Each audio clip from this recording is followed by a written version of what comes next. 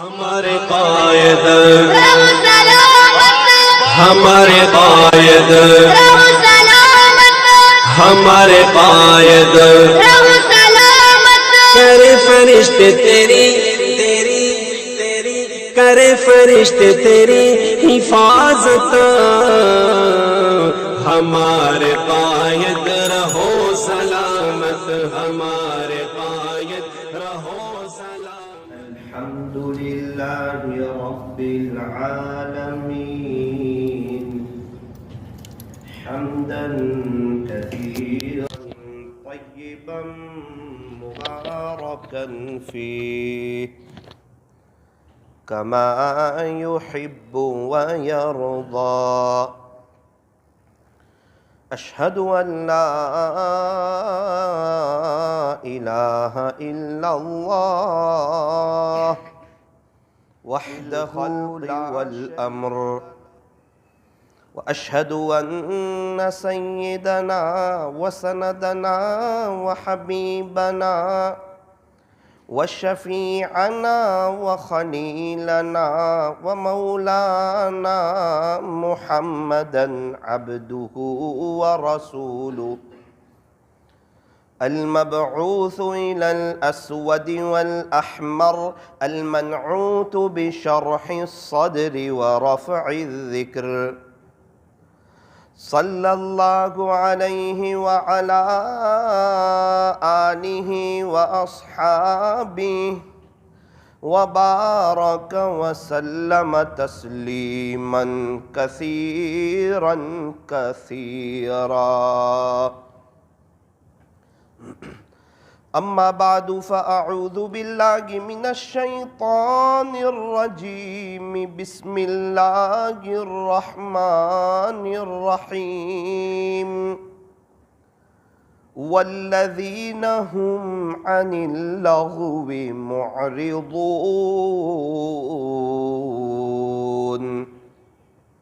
صدق الله مولانا العظيم وقال النبي صلى الله عليه وسلم ذكر الله شفاء القلوب وصدق رسوله النبي الكريم ونحن على ذلك لمن الشاهدين والشاكرين والحمد لله رب العالمين.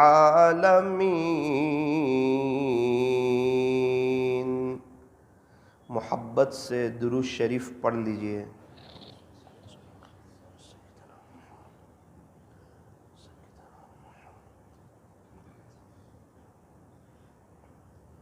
بزرگان محترم،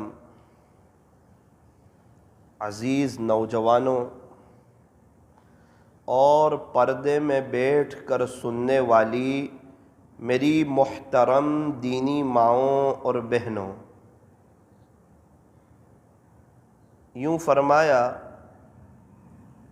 کہ وقت جو ہیں یہ بہت بڑی دولت ہے، بہت قیمتی سرمایہ ہے، کیونکہ جو وقت ہاتھ سے چلا جائے وہ دوبارہ لوٹ کر آتا نہیں ہے. میری زندگی کے 31 سال گزر گئے. میں جتنی کوشش کروں، محنت کروں، چاہے جتنی مرضی پیسہ خرچ کروں، ساری رات تہجد میں روؤں، تڑپوں، لیکن یہ 31 سال واپس آنے والے نہیں ہیں.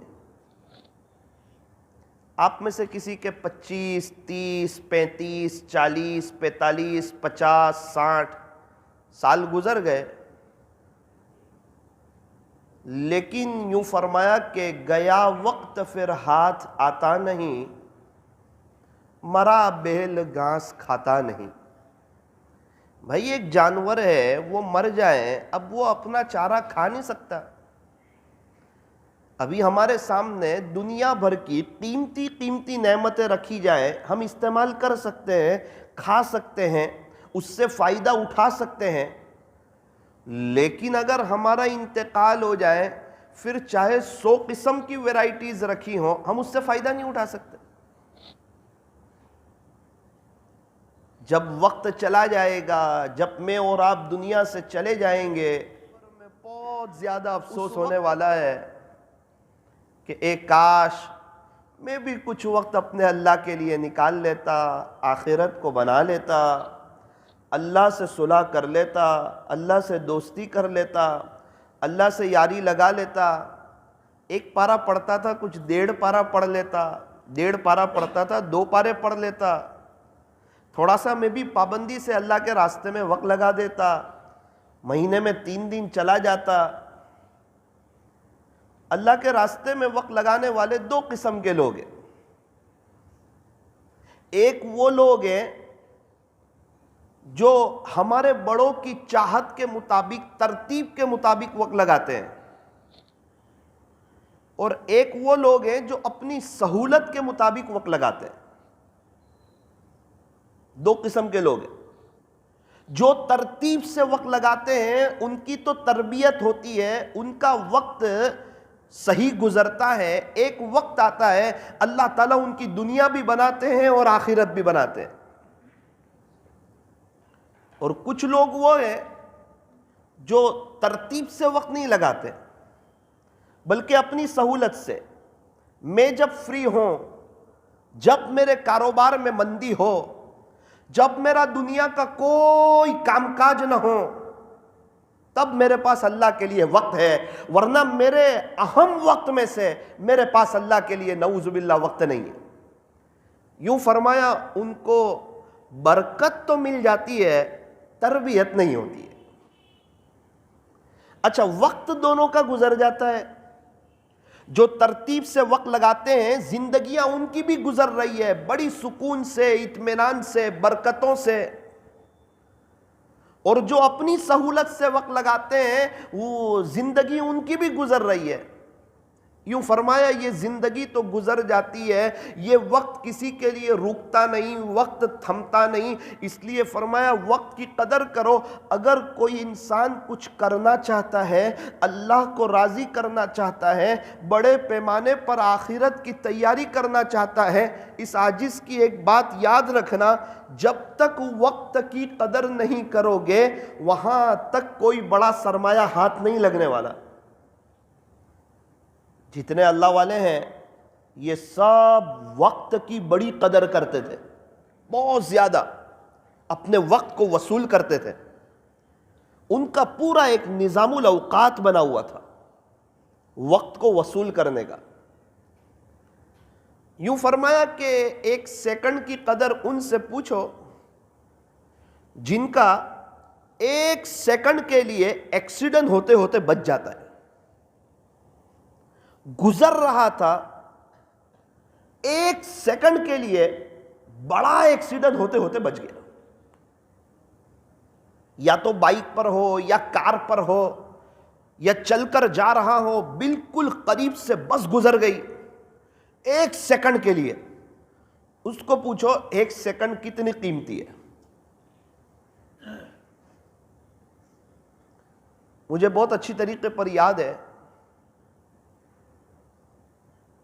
کہ سورت میں ایک مسجد میں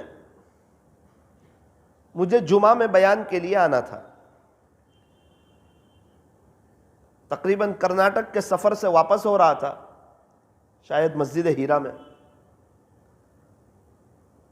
30 سیکنڈ کے لیے میں ٹرین چک گیا۔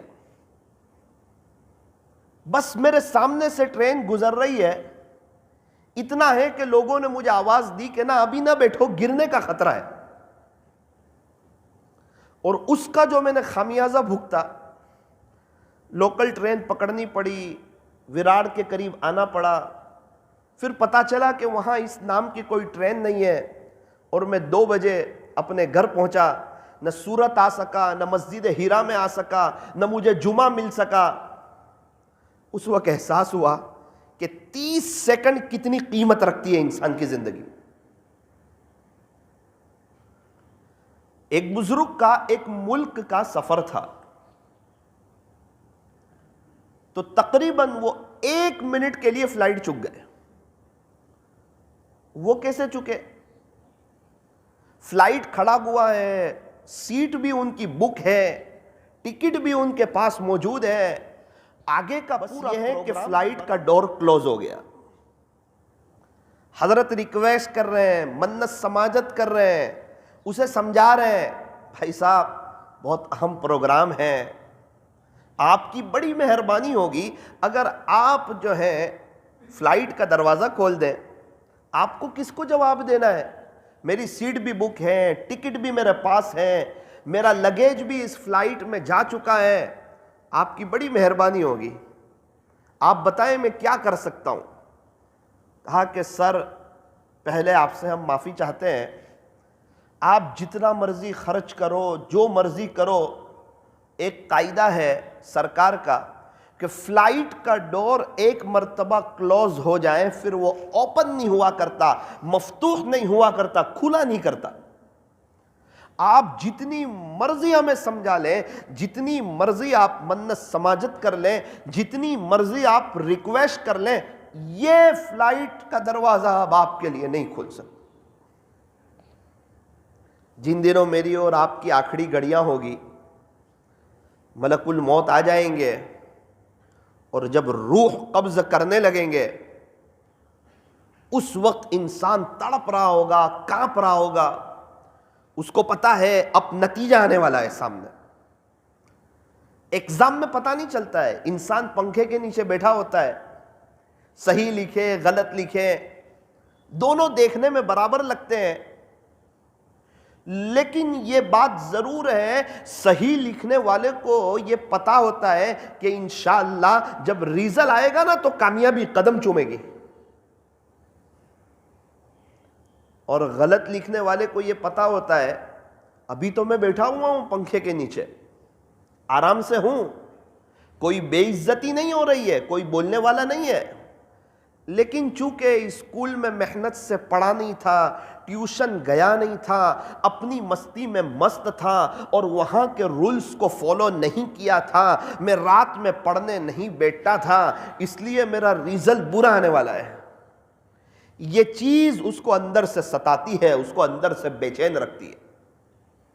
بالکل اسی طرح اس دنیا میں کچھ لوگ ایسے ہیں جو اپنے اللہ کے فرما بردار ہیں، ان کا دل مطمئن ہے کہ میں کیسا بھی ہوں، بڑا گنہگار ہوں، لیکن اللہ مجھے 5 وقت مسجد میں لاتا ہے، کچھ ذکر وغیرہ کروا دیتا ہے، امید ہے کوئی ادا اللہ پسند کر لے گا.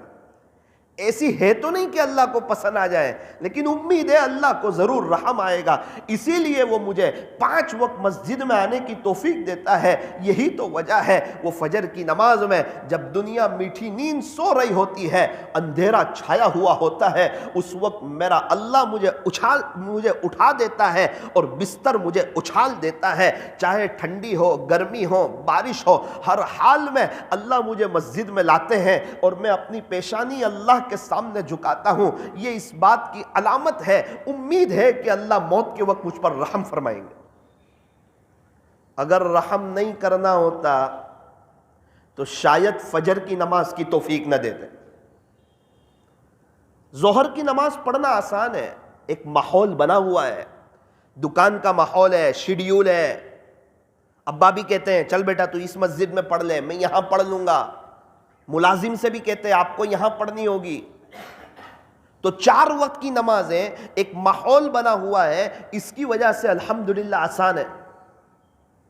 لیکن فجر کی نماز جہاں انسان کو کوئی نہیں دیکھتا، وہ اور اس کا اللہ، رات کی تنہائی ہے، میٹھی نیند آ رہی ہے، فجر کی نماز میں بہت زیادہ میٹھی نیند آتی ہے، اور وہ ایسی میٹھی نیند ہوتی ہے جو انسان کو الارم بند کرنے پر مجبور کرتی ہے. شیطان بھی بڑا چالاک ہے، یہ نہیں کہتا تو فجر کی نماز چھوڑ دے، وہ یوں کہتا ہے جماعت کے وقت میں 10 منٹ باقی ہے، بس تو 10 منٹ آرام کر لے. وہ 10 منٹ کی تشکیل کرتا ہے. اور یہ 10 منٹ کی تشکیل میں ہماری سنت تب ہوتی ہے جب فجر کی نماز کھڑی ہوتی ہے. حالانکہ نماز کھڑی ہو اس وقت سنت پڑھنا ایک مستقل مسئلہ ہے. آپ کہیں گے کہ امام ابو حنیفہ رحمۃ اللہ علیہ کے یہاں تو آخری قاعدہ ملنے کی امید ہو تب بھی وہ کبھی کبھار ہو تب، اس کی عادت بنا لے تب نہیں. ایک چھوٹا گناہ بھی بار بار کرنے سے بڑا گناہ ہو جاتا ہے. یہ تو بندہ اس کی عادت بنا لیتا ہے کہ 10 منٹ تک میں امام صاحب کے پیچھے کھڑا رہوں، اس سے تو بہتر ہے کہ میں 2 رکعت سنت اطمینان سے پڑھوں اور قاعدے میں شریک ہو جاؤں اور 2 منٹ میں پھر سلام پھیر کر میں اپنے گھر پہ چلا جاؤں. پہلے زمانے میں منافقین لوگ بھی مسجد میں آتے تھے. پیارے نبی کے زمانے میں ایسا ماحول بنا ہوا تھا کہ منافق کی بھی ہمت نہیں ہوتی تھی کہ وہ نماز چھوڑ دے.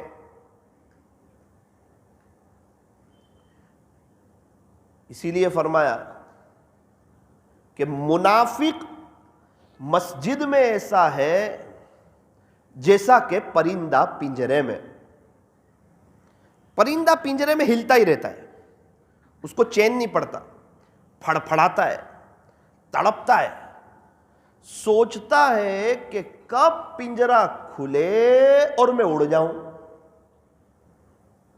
یہ منافقین والی صفت ہے کہ انسان یوں سوچیں میں سب سے اخیر میں مسجد میں آؤں اور کب سلام پھرے کہ میں مسجد سے چلا جاؤں. اس کا مسجد میں بیٹھنے کو، اللہ کے گھر میں بیٹھنے کو، اللہ سے مانگنے کو اس کا دل نہیں کرتا. اس لیے فرمایا کہ ایک چیز کو اپنی عادت میں سے بناؤ. کیا بنائیں؟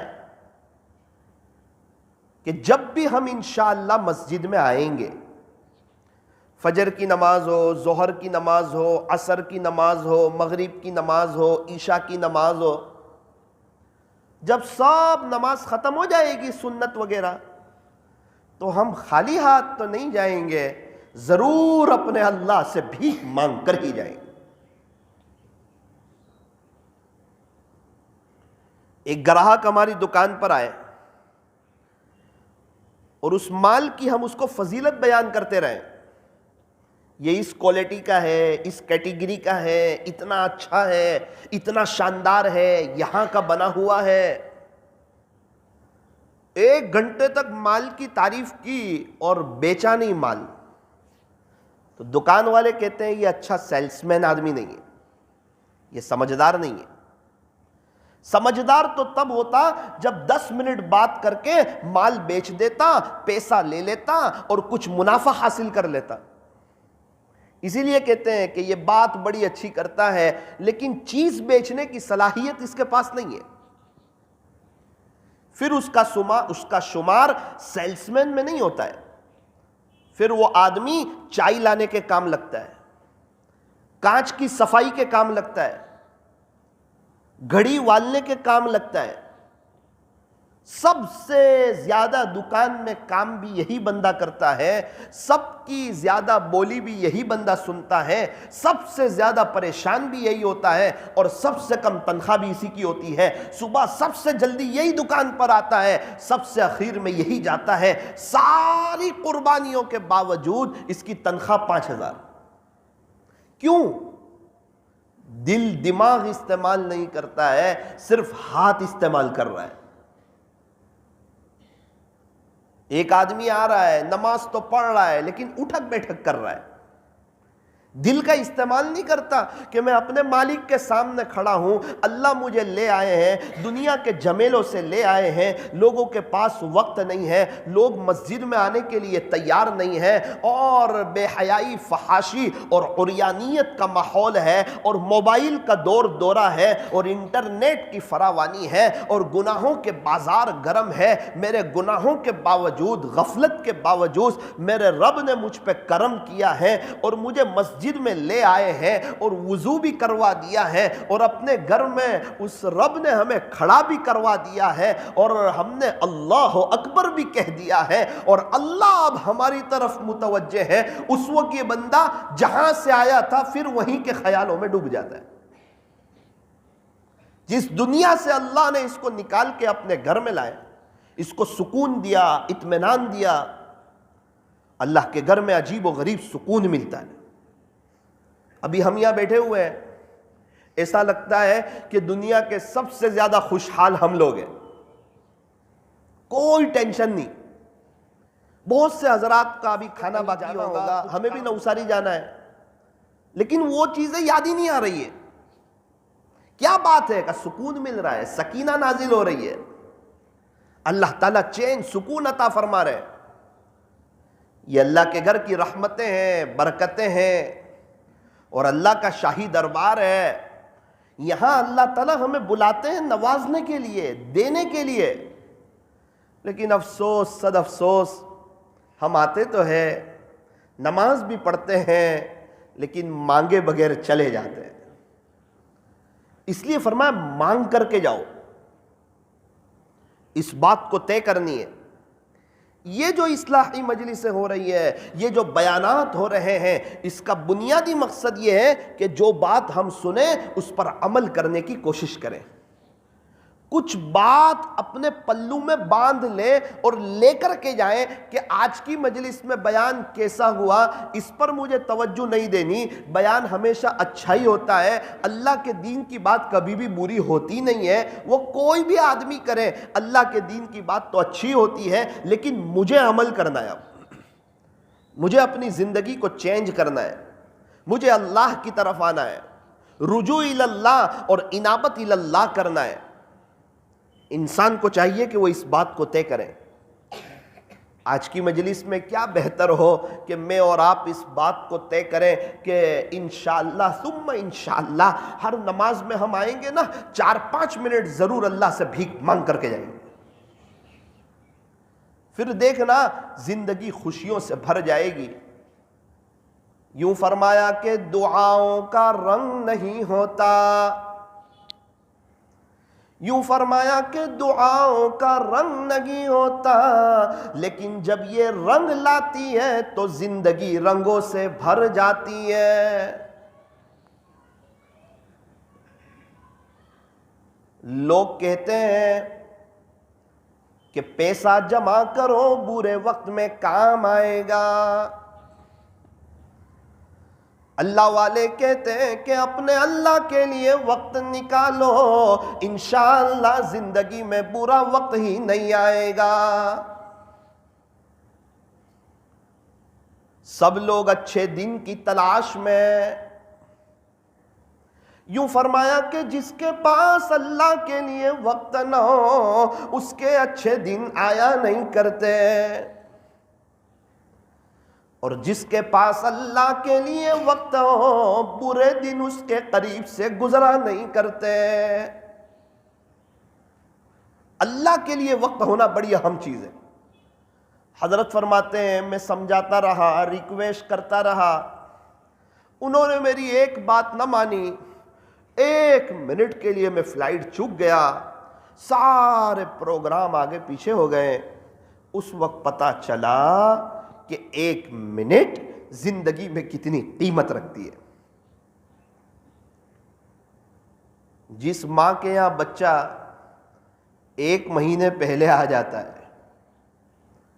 9ویں مہینے آتا، صحیح سالم ہوتا، تندرست ہوتا، بے عیب ہوتا، کوئی تکلیف نہیں ہوتی، اس کو کانچ کی پیٹی میں رکھنا نہیں پڑتا، سانس کی تکلیف نہیں ہوتی، لیکن پتہ نہیں کیا ہوا، اچانک درد ہوا، 1 مہینے پہلے بچہ آ گیا، بچہ کمزور ہوا، کوئی عیب دار ہوا، اس ماں کو پوچھو پوری زندگی اس کو صدمہ رہتا ہے، کاش 1 مہینے بعد اور بچہ آیا ہوتا۔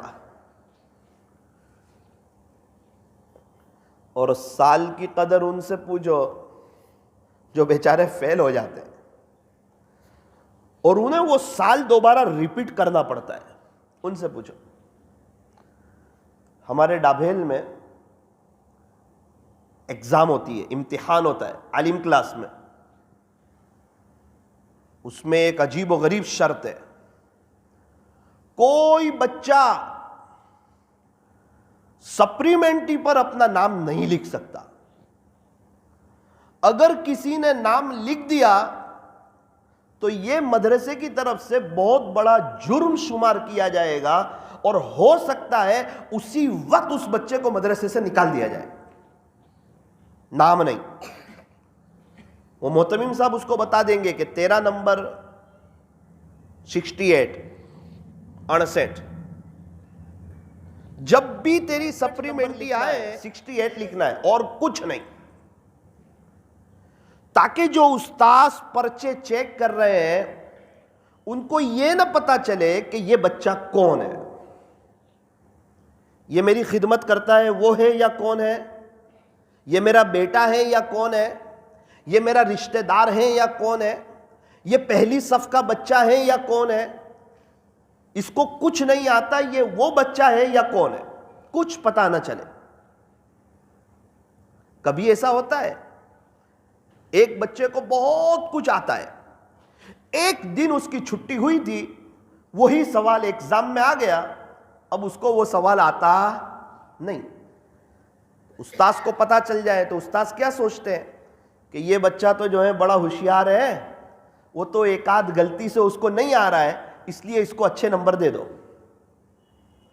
اور جس بچے کو کچھ نہ آتا ہو، ایک دن کا سبق اس نے اچھی طرح سنا ہو، وہی سوال آ گیا ایگزام میں، تو استاذ کیا سوچے گا کہ یار یہ تو اس کو تو کچھ یاد نہیں ہوتا، یہ تو ایک آدھ سوال اس کو آ گیا، اس کو کم نمبر دو۔ حالانکہ استاد ایسا کرتے نہیں، لیکن ایسا ہو سکتا ہے۔ اس احتمال کی وجہ سے ایک قاعدہ بیان کیا کہ یوں فرمایا کہ سپلیمنٹری پر اور جو پرچہ لکھ رہے ہیں اس پر محتمم صاحب نے جو نمبر لکھ دیا ہے وہی لکھنا ہے، اس کے علاوہ کا نمبر لکھنا یوں فرمایا کہ جرم شمار ہوگا۔ اسی لیے ہم نے دیکھا ڈابھیل میں جب بھی رات میں آنکھ کھلے کلاس کی لائٹیں چل رہی ہوتی ہیں، بچے پڑھ رہے ہوتے ہیں۔ ایگزام کے وقت میں آپ 4 بجے چلے جاؤ، بچے پڑھ رہے ہیں، رات کو آپ 1 بجے چلے جاؤ، بچے پڑھ رہے ہیں، درس گاہوں کی لائٹ چل رہی ہے، صبح کی نماز کے بعد آپ نظارہ دیکھو، کوئی کسی سے بات کرنے کے لیے تیار نہیں، پتہ ہے کہ میں فیل بھی ہو سکتا ہوں، چاہے میں کتنا ہوشیار ہوں، میرا 1 سال بگڑ بھی سکتا ہے۔ نتائج کا اعلان ہوتا ہے، حضرت مفتی محمود صاحب باڈولی دامت برکاتہم کرتے ہیں، بچے اتنے ٹینشن میں ہوتے ہیں، آپس میں یہ بات چل رہی ہوتی ہے کہ آج تو قیامت صغریٰ قائم ہو گئی، چھوٹی قیامت آ گئی۔ اخیر تک یہ پتہ نہیں چلتا کون بچہ پاس ہے یا فیل ہے۔ ایک ٹینشن ضرور آتا ہے، اتنی بات ضرور پتہ چلتی ہے کہ 70 بچے ہیں، 70 بچے ہیں، اوپر جو انعام پہنچا ہے وہ 60 کا پہنچا ہے، اس کا مطلب 10 بچے فیل ہیں۔ جو پاس ہوا اس کو انعام ملے گا، جو فیل ہوا اس کو انعام نہیں ملے گا۔ سارے بچے ٹینشن میں ہوتے ہیں، ہوشیار بچے، سمجھدار بچے ٹینشن میں ہوتے ہیں کہ کہیں وہ فیل ہونے والوں میں ہمارا نام نہ ہو۔ اور خدا نہ خواستہ جو 10 بچے فیل ہوئے ہوتے ہیں، جب ان سے ملاقات ہوتی ہے اور وہ جب روتے ہیں، تڑپتے ہیں، ہم کیا منہ بتائیں گے ہمارے امی ابو کو؟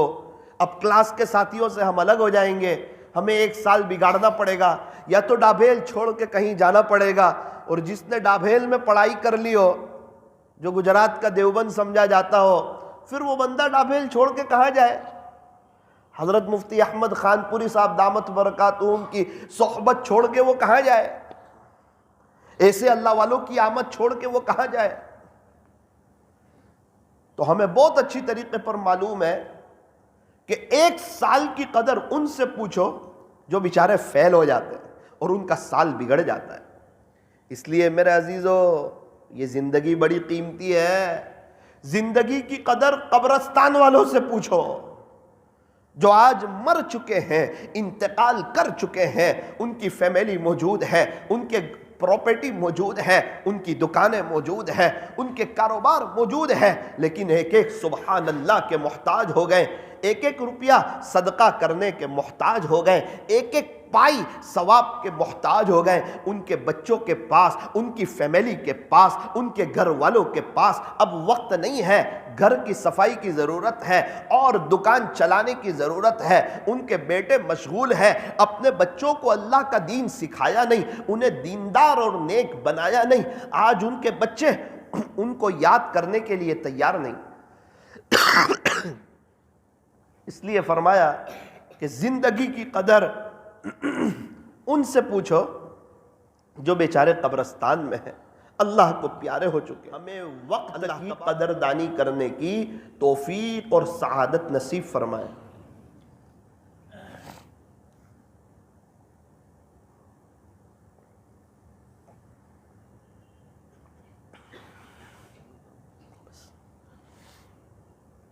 اسی لیے ایک بزرگ فرماتے ہیں، غنیمت سمجھ زندگی کی یہ بہار کہ آنا نہ ہوگا یہاں بار بار۔ فرمایا ابھی جو زندگی ہے، جو سانس چل رہی ہے، توبہ کا دروازہ کھلا ہوا ہے، نیکیوں کا موسم چل رہا ہے، اس کو غنیمت سمجھو۔ میں اور آپ یہاں بیٹھے ہوئے ہیں، آزادی کے ساتھ زندگی گزار رہے ہیں، بڑی اطمینان کے ساتھ زندگی گزار رہے ہیں۔ ایک بڑا طبقہ ہے یہاں بیٹھے ہوئے لوگوں میں سے، بڑی بڑی بیماریوں سے اللہ نے بچایا، پیسوں کے ٹینشن سے اللہ نے بچایا، اے سی والے کمرے میں اللہ میٹھی نیند سلاتا ہے، دسترخوان پر بہت قسم کی نعمتیں ان کے سامنے موجود ہوتی ہے، ان کے پاس بائک ہے، کار ہے، پہننے کو اچھے کپڑے ہیں، گھر والے ہیں، ساری نعمت ہیں، اور وہ ہسپتال میں بھی نہیں ہے، وہ آئی سی یو روم میں بھی نہیں ہے، وہ جیل میں بھی نہیں ہے، وہ پریشانی میں بھی نہیں ہے، وہ حالات میں بھی نہیں ہے، وہ تکلیفوں میں بھی نہیں ہے، ان کے آس پاس کوئی دشمن بھی نہیں ہے، بڑے اطمینان سے زندگی گزار رہے ہیں۔ پھر بھی اگر وہ آخرت کی تیاری نہ کریں تو بہت بڑے افسوس کی اور بہت خسارے کی بات۔ وقت کا ہونا، صحت کا ہونا، فراغت کا ہونا، یہ اللہ کی بڑی بڑی نعمتیں ہیں، اور جو وقت کی قدر کرتا ہے اللہ تعالیٰ اسے ترقی عطا فرماتے ہیں، اس کی دنیا بھی بنتی ہے، اس کی آخرت بھی بنتی ہے، اس کے وقت میں برکت بھی ہوتی ہے، اور جو وقت کی قدر نہیں کرتا نا، اس کے وقت میں برکت ہوتی نہیں ہے۔ ابھی لوگ کہتے ہیں نا، یار مدرسے کے بچوں سے کہتے ہیں، ہمیں بھی لوگ کہتے تھے، جمعرات کے دن ہم جب نوساری آئیں تو ہمیں دیکھ کر لوگ کہیں، ارے جمعرات آ گیا، بولے پتہ ہی نہ چلا، ہفتہ کیسے گزر گیا، پورا ہفتہ ختم ہو گیا، جمعرات کا دن آ گیا، آپ کو دیکھ کے ہمیں تو پتہ چلا جمعرات آ گیا، ابھی تو گئے تھے ابھی آئے۔ ارے اس کو پوچھو جو بیچارہ دال چاول کڑی کھچڑی کھاتا ہے، کیسے اس کا وقت کیسے گزرتا ہے، اس کو پوچھو، کیسے جمعہ کی رات نکلتی ہے، سنیچر کا دن کیسے آتا ہے، صبح کلاس میں نیند آ رہی ہو وہ کیسے اپنے آپ پہ کنٹرول کرتا ہے، 4 گھنٹے استاذ کے سامنے ادب سے بیٹھتا ہے، ہم تو 1-1.5 گھنٹہ بیان میں بیٹھتے ہیں، وہ 4 گھنٹے، استاد آئے استاد چینج ہوئے، استاد آئے استاد چینج ہوئے، استاد آئے استاد چینج ہوئے، فوراً کھانا، اگر اس وقت کھانے پر نہ جائے 15 منٹ لیٹ ہو جائے تو اس کو کھانا نہ ملے، گھر تھوڑی ہے اس کا۔ کھانے کے بعد کہا بھی تھوڑی دیر آرام کرنا، کتنی دیر، 1 گھنٹہ 5 منٹ 10 منٹ، اس کے بعد اٹھانے کے لیے آئیں گے تو اٹھ جانا، اگر وہ اس وقت نہ اٹھے تو بڑا مسئلہ ہے۔ اور ہر بندہ 5-10 منٹ پہلے مسجد میں چاہیے، سنت پڑھنی، آپ دیکھیں تو ہر جگہ سے ذکر کی آواز آ رہی ہوتی ہے، ہر بچے کے ہاتھ میں قرآن ہوتا ہے، کسی کی مجال ہے کیا اس کی رکعت چلی جائے، وہی پہلے رکعت جانے نہیں دے گا، اس کو پتا ہے میں 50 استادوں میں سے کس کس کو جواب دوں گا۔ اب نماز کے بعد 2:15 بجے 2:30 بجے کلاس شروع ہو جائے گی، استاد آ جائیں گے، یہ 15 منٹ میں قریب میں ہوٹل ہے وہاں بھی جانا ہے، چائے بھی پینی ہے، اور یہ 15 منٹ میں 1000 میں سے 700 بچے چائے پئیں گے لائن میں کھڑے رہ کر کے، اور پھر انہیں اپنی کلاس میں بھی جانا ہے اور استاد سے پہلے بھی پہنچنا ہے، اور پہنچنے کے بعد فوراً پڑھائی شروع ہوگی، اور یہ 2 گھنٹے ان کو پڑھائی کرنی ہے۔ ایسے ہی کوئی عالم بن جاتا ہے، علماء ایسے ہی تیار ہو جاتے ہیں، 9 سال ایسے ہی گزر جاتے ہیں مدرسے میں. ان کو پوچھو ایک ایک دن کیسے گزرتا ہے. ہاں ان کو بڑا سکون بہت ہوتا ہے، بہت مزے والی لائف ہوتی ہے. اجتماع میں اچھا لگتا ہے نا 2 دن، وہ سب چیز اس کے وقت پر ہو جاتی ہے. اتنے سب لوگ ہیں، سب کو کھانا بھی مل جاتا ہے، چائے بھی مل جاتی ہے، پتہ چلتا نہیں، کسی کا کام رکتا نہیں، کسی کو تکلیف ہوتی نہیں. اب عصر کے بعد باہر جا رہا ہے، اسی میں اس کو گاؤں سے دودھ لانا ہے. مغرب کے بعد فوراً جیسے ہی سنت وغیرہ پڑھ لی فوراً کلاس میں، ورنہ محتمم صاحب باہر آ جائیں گے ابھی. اور کلاس میں جا رہا ہے، استاذ کی نگرانی شروع. اب کتنی دیر پڑھائی ہوگی؟ کا 2 گھنٹے. کیا کرنا ہے؟ کا صبح 6 گھنٹے جو پڑھایا نا اس کی تکرار کرنی ہے. اب چھٹی ہو گئی، اذان ہو گئی عشاء کی، 20 منٹ کے بعد نماز کھڑی ہوگی. اسی میں فارغ ہونا ہے، اسی میں وضو کرنا ہے، اور نماز کھڑی ہو اس سے پہلے اسی میں 1000 بچے کو پہنچنا ہے. اب نماز ہوئی، سنت پڑھی، وتر پڑھی، پتہ چلا کہ قاری صاحب چکر لگا رہے ہیں، قاری کلاس شروع ہو چکا ہے، ابھی چھٹی نہیں، ابھی فوراً قاری کلاس میں پڑھنا ہے، قرآن پڑھنا ہے. پونا گھنٹہ. یہ پونا گھنٹہ ختم ہوا، 10 ساڑھے 10 بج گئے. ابھی اس کو صبح جلدی اٹھنا بھی ہے، لیکن ہم نے دیکھا بچے آدھا گھنٹے بعد فارغ ہو کر، ابھی کوئی استاذ نہیں آ رہا ہے، اس کے باوجود سارے بچے پھر کلاس میں چلے جاتے اور پڑھتے. آپ دیکھو نا کبھی ایک مرتبہ آپ ڈابیل چلے جاؤ، مغرب کی نماز پڑھو، عشاء کی نماز پڑھو، رات 12 بجے تک دیکھو کیا ہوتا ہے، کیسے ہوتا ہے. سب مدرسے میں ایسا ہی ہوتا ہے، لیکن چونکہ ہم نے ڈابیل میں پڑھا اس لیے ہمیں وہاں کا معلوم ہے. میں یہ نہیں کہہ رہا کہ وہ مدرسہ آگے دوسرے مدرسے پیچھے، نہ نہ نہ، جہاں اللہ کے دین کی تعلیم ہو رہی ہو سب آگے. اور جب ہم جمعرات کو آئے تو لوگ ہمیں کیا کہتے ہیں؟ جمعہ کو، جمعرات کو. پتہ ہی نہیں چلا ہفتہ کہاں گزر گیا. ارے پتہ آپ کو کیسے چلے گا؟ ان کو پوچھو جن کا مدرسے میں ہفتہ گزرا ہے، ان کو پتہ چلا ہے ہفتہ کیسے گزرا ہے. ہمیں پتہ چلتا ہے پہلے ہی روزے میں ایک دن بہت اچھی طریقے پر، جلدی افطاری کا وقت آتا ہی نہیں ہے تو کیسا برکتی دن ہو جاتا ہے. تو جب آدمی اللہ کی طرف آتا ہے نا تو اس کی ہر چیز میں برکت ہو جاتی ہے. اور جہاں برکتیں آتی ہے ٹینشن ختم ہو جاتے ہیں.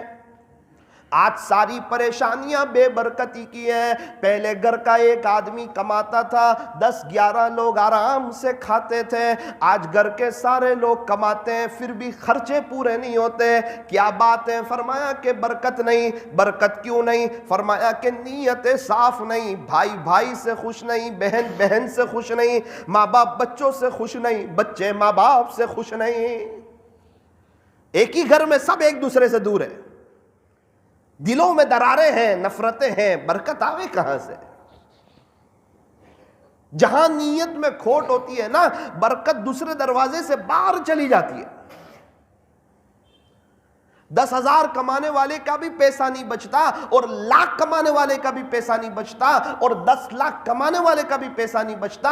اور جن کے کروڑوں کے شو روم ہیں ان کا لاکھوں کا ویپاری کو دینے کا قرضہ ہوتا ہے اور اس کا ٹینشن سر پہ سوار ہوتا ہے. جب نیتوں میں کھوٹ آتی ہے اللہ تعالیٰ ایسے بندے کو مشغول کر دیتے ہیں، مجبور کر دیتے ہیں، دنیا کے حوالے کر دیتے ہیں، اس کو پھانس دیتے ہیں. ایک بچے نے اپنے ابا سے کہا کہ ابا برکت کس کو کہتے ہیں؟ اس کے والد صاحب اس کو گھر کے حمام میں لے گئے اور گیجر بتایا اور کہا بیٹا 28 سال ہو گئے یہ بگڑا نہیں، بند ہوا نہیں، ابھی تک گرم پانی آ رہا ہے، اس کو برکت کہتے ہیں. ڈابیل میں ایک استاذ کے یہاں ہم گئے تو وہ اپنے کچن میں لے گئے، ان کے پاس گیس کا بوتل تھا. مجھے بتایا کہ مولانا صاحب 6 مہینے ہو گئے یہ ختم نہیں ہوا. میں نے کہا کیا بات کرتے ہو، کیسے ختم نہیں ہوا؟ آپ کے یہاں اتنے مہمان آتے ہیں، میں کئی دفعہ تو آیا، ختم کیسے نہیں ہوا؟ بولے جو سمجھ میں نہ آوے اسی کو تو برکت کہتے ہیں. یہ آپ کو سمجھ میں نہیں آ رہا نا، آپ کے دماغ میں نہیں آ رہا، اس کو برکت کہتے ہیں مولانا. اچھا تیل کا ڈبہ بتایا، مجھے کہا الحمدللہ 5 مہینے ہوئے یہ بھی ختم نہیں ہوا. دیکھتے نہیں ہیں اندر سے نکالتے رہتے، بولے بسم اللہ بول کے نکالتے ہیں، کہاں سے ختم ہوگا؟ کتنے لوگ ہیں ان کو جب پیسے ملتے ہیں بسم اللہ بول کر کے لیتے ہیں اور یوں کہتے ہیں اللہ ان پیسوں میں برکت ڈال دے، اللہ ان کے پیسوں میں برکت ڈال دیتا ہے، 5,000 میں برکتیں ہو جاتی ہے، 10,000 میں برکتیں ہو جاتی ہے، میں لاکھوں روپے کماتے ہیں، بسم اللہ بول کے لیتے نہیں اور اس سے زیادہ کی فکر میں رہتے ہیں، اپنے اللہ سے خوش نہیں ہوتے، ان کے ان پیسوں میں برکت نہیں ہوتی۔ مائیں بہنیں سن رہی ہے، ان سے بھی کہنا چاہتا ہوں جب ان کو خرچی ملے تو بسم اللہ بول کر کے لیں اور یہ دعا کریں کہ اللہ ان پیسوں میں برکتیں ڈال دیجئے، انشاءاللہ برکتیں ہمارے گھروں پر راج کرے گی انشاءاللہ۔ ایک بادشاہ کا ایک جگہ سے گزر ہو رہا تھا، پانی کی پیاس لگی، ایک شخص کا انار کا باغ تھا، کہا کہ ذرا مجھے جوس پلا دو نا انار کا، بادشاہ تھا نا، باپ نے اپنی بیٹی سے کہا بادشاہ سلامت کو انار کا جوس پلا دو، اس نے ایک انار توڑا، اس کو نچوڑا، پورا گلاس بھر گیا اور بادشاہ سلامت نے جوس پیا، بڑا شاندار مزیدار پر لطف۔ بادشاہ تو جھوم گیا کہ یار میں یہ تو میری حکومت میں یہ باغ تو میرا ہونا چاہیے تھا اور اس کا مالک تو میں ہوتا اور کم سے کم ٹیکس تو ضرور ہونا چاہیے تھا، اتنا قیمتی باغ اور اتنے قیمتی انار اور اتنا اچھا جوس یہ تو میری ملکیت میں ہونا چاہیے تھا۔ کہا بڑا اچھا ہے اور ایک گلاس پلا دو۔ اب انار کو توڑا، نچوڑا، گلاس بھرتا نہیں، دوسرا انار لائے، اس کو نچوڑا، داڑم، گلاس بھرتا نہیں، تیسرا انار کو لائے، نچوڑا، 3 انار 3 داڑم کا جوس نکالا، تب جا کے ایک گلاس بھرا۔ بادشاہ سلامت نے وہ جوس پیا تو وہ کھٹا تھا۔ اس نے کہا کہ درخت چینج کر دیا ہے کیا؟ بادشاہ نے اپنی بیٹی سے پوچھا، اس زمانے کی بچیاں بھی سمجھدار ہوتی تھی، بادشاہ نے مالک نے اپنی بیٹی سے پوچھا کہ بیٹی یہ بادشاہ سلامت پوچھ رہے ہیں کہ آپ نے کوئی درخت چینج کر دیا ہے کیا؟ کھٹا بھی ہے اور 3 انار لینے پڑے۔ بیٹی نے فوراً کہا ابو درخت تو چینج نہیں کیا ہے، ایسا لگتا ہے ہمارے بادشاہ سلامت کی نیت چینج ہو چکی ہے۔ فوراً بادشاہ نے توبہ کی۔ اتنا فرق پڑتا ہے، ایک ہی درخت ہے، صرف نیت میں کھوٹ آئی، آگے پورا معاملہ مشکل ہو گیا۔ ابھی بیان چل رہا ہے، اگر یہ اللہ کے لیے ہو تو کہاں لے جائے گا انسان کو؟ اللہ کے بچھڑے ہوئے بندوں کو اللہ سے جوڑنا، اس سے بہتر کس کی بات ہو سکتی ہے جو اللہ کے بندوں کو اللہ کی طرف بلائے؟ اور اگر یہی بیان دکھلاوے کے لیے ہو جائے تو انسان کو کس جگہ پر لے جائے گا؟ اب یہ بولنے سے ہوتا ہے، یہ تو دل کے اندر کا فعل ہے۔ اب بولنے والا تو یہی کہے گا میں اللہ کے لیے بول رہا ہوں، وہ تو قیامت کے دن پتہ چلے گا کس کے لیے بولتے تھے اور کیا تھا اور کیا مقصد تھا۔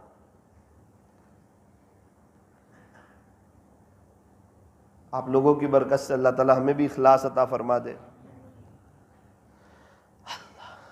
اخلاص حسن الہی کا وہ تاج ہے کہ جس کے سر پر یہ ہو زمانے پہ اس کا راج ہے۔ وقت کی قدر کرنا، اس لیے فرمایا جوانی کی قدر بوڑھے لوگوں سے پوچھو، جوانی کتنی قیمتی نعمت ہے۔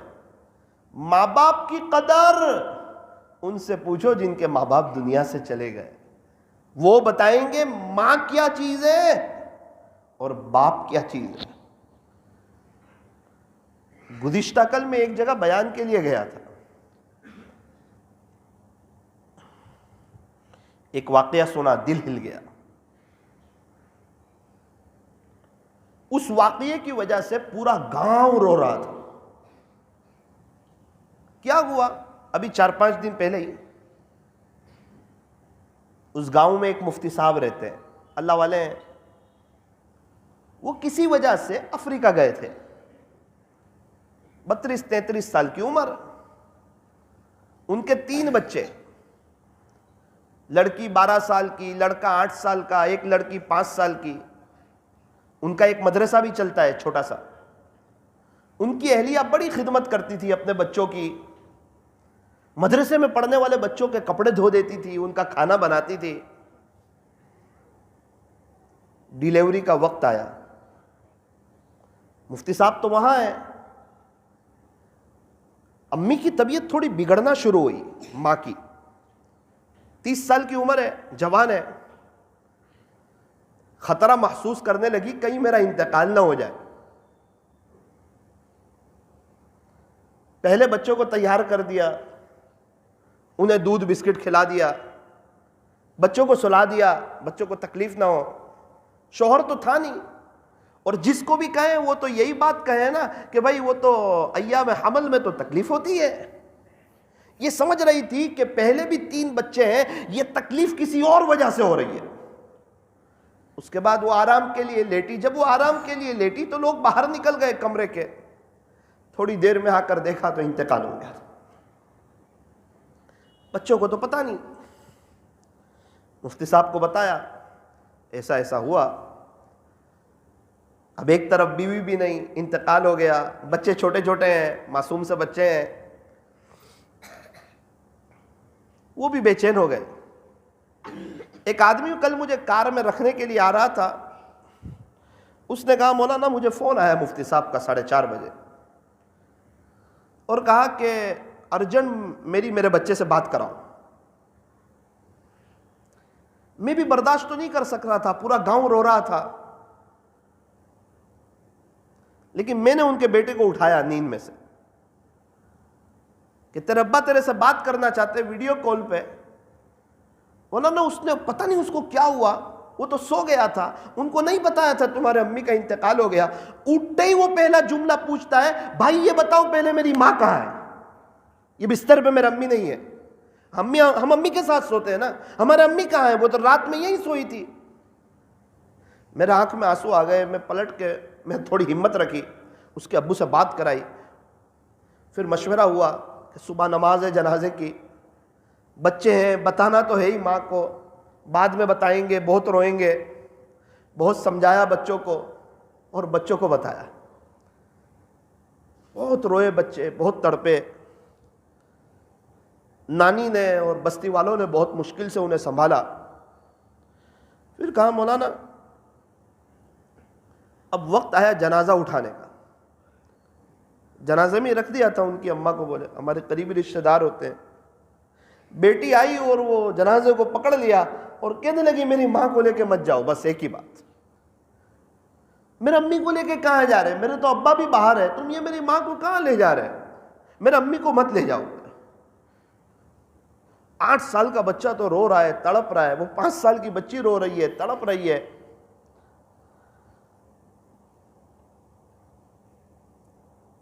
مفتی صاحب کے بھائی بھی نہیں تھے، وہ اللہ کے راستے میں تھے، انہوں نے بھی کہا کہ میں آ نہیں سکتا ہوں، آپ دفنا دیجئے۔ مفتی صاحب نے بھی کہا ارجنٹ فلائٹ مل نہیں سکتی، دفنا دیجئے۔ ہمیں کیا پتا دنیا میں لوگ کیسے کیسے تکلیف میں ہیں، اور آج کل ان بچوں کی راتیں کیسی گزرتی ہوگی۔ مولانا وہ دن تو گزر گیا، 3 دن کے بعد مفتی صاحب کو فلائٹ ملی اور وہ آئے۔ پتہ چلا کہ بچے نانی کے گھر میں، وہ آ کے فوراً بچوں کو ملاقات کے لیے گئے۔ اس وقت گاؤں کے لوگ جمع تھے، اس وقت جو کیفیت ہو گئی بولے گاؤں والوں کی، ابا بھی رو رہے ہیں، بچے بھی رو رہے ہیں اپنی ماں کو یاد کر کے۔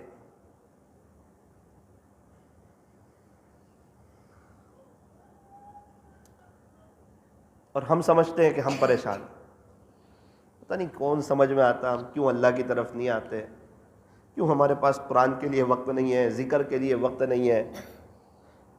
یہ زندگی بے وفا ہے۔ تھوڑی دیر کے لیے اپنی آنکھوں کو بند کیجیے، اپنی گردن کو جھکائیے،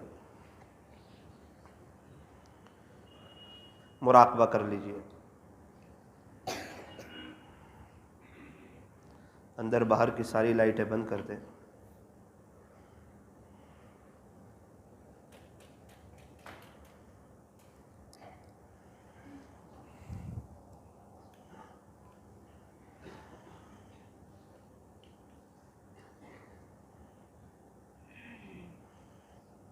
اللہ دیکھ رہے ہیں ہمیں،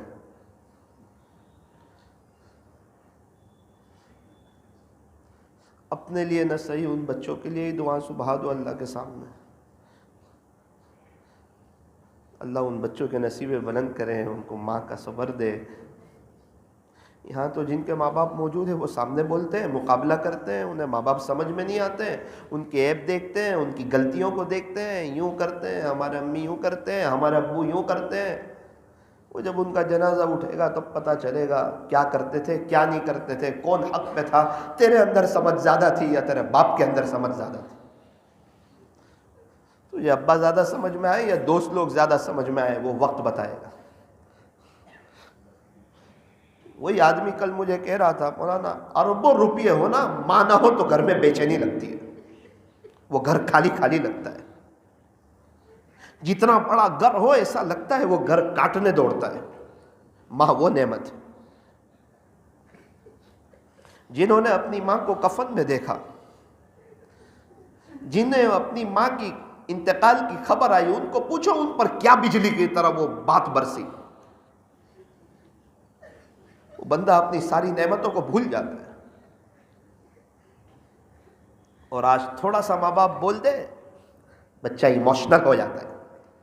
کیوں؟ اپنے آپ کو سمجھدار سمجھتا ہے، اپنے آپ کو حق پر سمجھتا ہے۔ صاحب بھول گیا 9 مہینے ماں نے کیا تکلیفیں اٹھائی، ابا بار بار ہسپتال لے جاتے رہے، دنیا میں آئے ابا نے کس خوشی کا اظہار کیا، کتنی مرتبہ گود میں اٹھایا۔ آج جب جس کے چھوٹے چھوٹے بچے ہیں وہ سمجھ سکتے ہیں کہ ہمارے ٹائم پہ ہمارے ماں باپ نے کیا کچھ کیا ہوگا۔ آج تو بچے روتے ہیں تو موبائل دے دیتے ہیں، ان دنوں جب موبائل بھی نہیں تھا،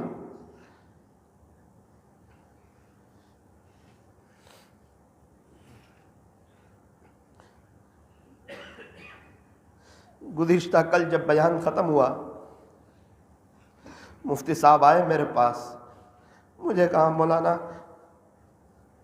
میری اہلیہ کے لیے دعا کرنا، میری ایک چھوٹی بچی ہے 5 سال کی، اس کے لیے بھی دعا کرنا، میرے بچوں کے لیے دعا کرنا، اس کے لیے بھی دعا کرنا۔ ظاہری بات ہے اس کو ماں کی یاد زیادہ آتی ہے۔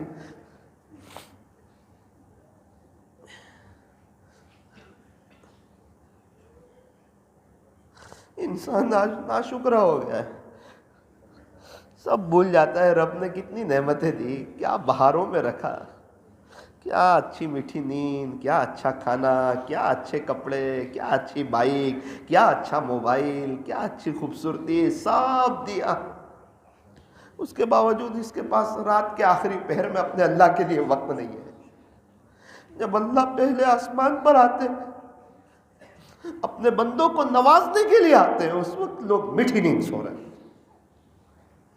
قبرستان والوں سے پوچھو رات کی آخری پہر کی کیا اہمیت ہے، کہتے بیزی لوگ ہیں، مشغول لوگ ہیں، ہمیں نیند آتی ہے۔ میرے عزیز، یہ سارے اللہ والے راتوں کو اٹھ جاتے ہیں، ہم سے زیادہ نیک، ہم سے زیادہ فرما بردار، ہم سے اچھی نماز پڑھنے والے، گناہوں سے بچنے والے، اللہ کا ذکر کرنے والے، وہ رات کو 3:30 بجے اٹھ جاتے ہیں، اور ہم پورے دن کے گنہگار 1-2 رکعت پڑھنے کے لیے ہمارے پاس وقت کہاں ہے؟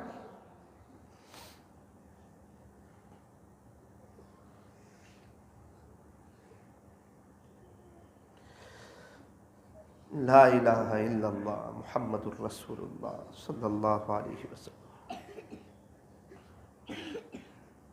لا الہ الا اللہ، لا الہ الا اللہ، لا الہ الا اللہ، لا الہ الا اللہ۔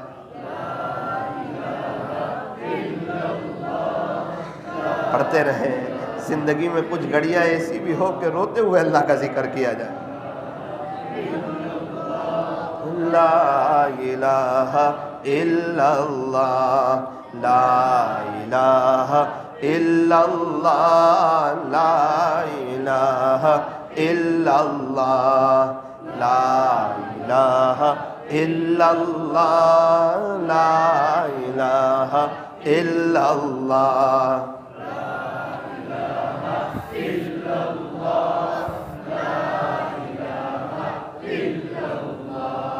لا الہ الا اللہ، لا الہ الا اللہ۔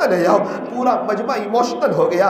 اس نے جنازے کے وہ کندھے دینے کی جگہ کو پکڑ لیا، میں اپنی ماں کو نہیں لے جانے دوں گی، لیکن کسی طرح اس کو سمجھایا، بتایا کہ اماں کا انتقال ہو گیا ہے، اور جنازہ لے گئے۔ مجھے کہنے لگے مولانا ان کا بیٹا تو پورا بگ ہو گیا تھا، بہت رو رہا تھا، 2-3 دن جب تک ان کے ابو نہیں آئے بچے سوئے نہیں، ان کی آنکھیں بڑی بڑی ہو گئی، کھانا کھانے کو تیار نہیں۔ ایک ہی چیز، ہمیں ہماری ماں چاہیے، ہمیں ہماری ماں چاہیے، ہمیں ہماری ماں چاہیے۔ اللہ ابھی رات کا وقت ہے، بچے شاید مفتی صاحب کے ساتھ لیٹے ہوں گے اپنی امی کی خالی جگہ دیکھ کر۔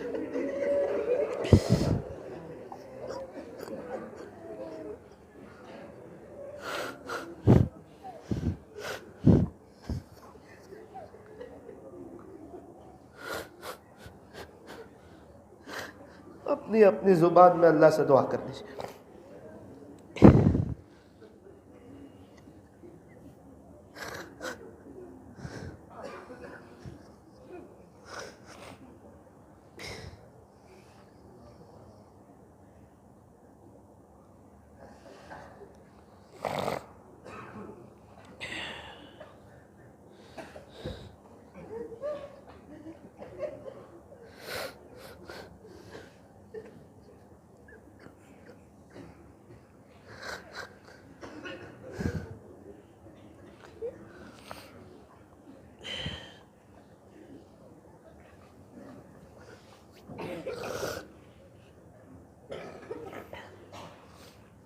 اللہ جی ان بچوں کے حال پر رحم فرما، مفتی صاحب کو، گھر والوں کو عجیب و غریب صبر جمیل عطا فرما، ان کی اہلیہ کی مکمل مغفرت فرما، بچوں کو اپنی امی کا نعم البدل عطا فرما، مفتی صاحب کو بھی نعم البدل عطا فرما۔ یا اللہ ہمارے گھر والے موجود ہیں، ہمیں اس پر شکر گزاری کی توفیق عطا فرما، ان کی قدردانی کی توفیق عطا فرما، ان کے احترام کی توفیق عطا فرما۔ اے اللہ رات کے آخری پہر کی دولت سے ہمیں بھی مالا مال فرما۔ اے اللہ قبر کی میٹھی نیند کی فکر کرنے کی توفیق عطا فرما۔ اے اللہ جب رات میں آپ آخری پہر میں پہلے آسمان پر آتے ہیں، آپ اتنے بڑے ہو کہ پہلے آسمان پر آتے ہیں، ہم گنہگاروں کو بھی 2 رکعت پڑھ لینے کی توفیق عطا فرما۔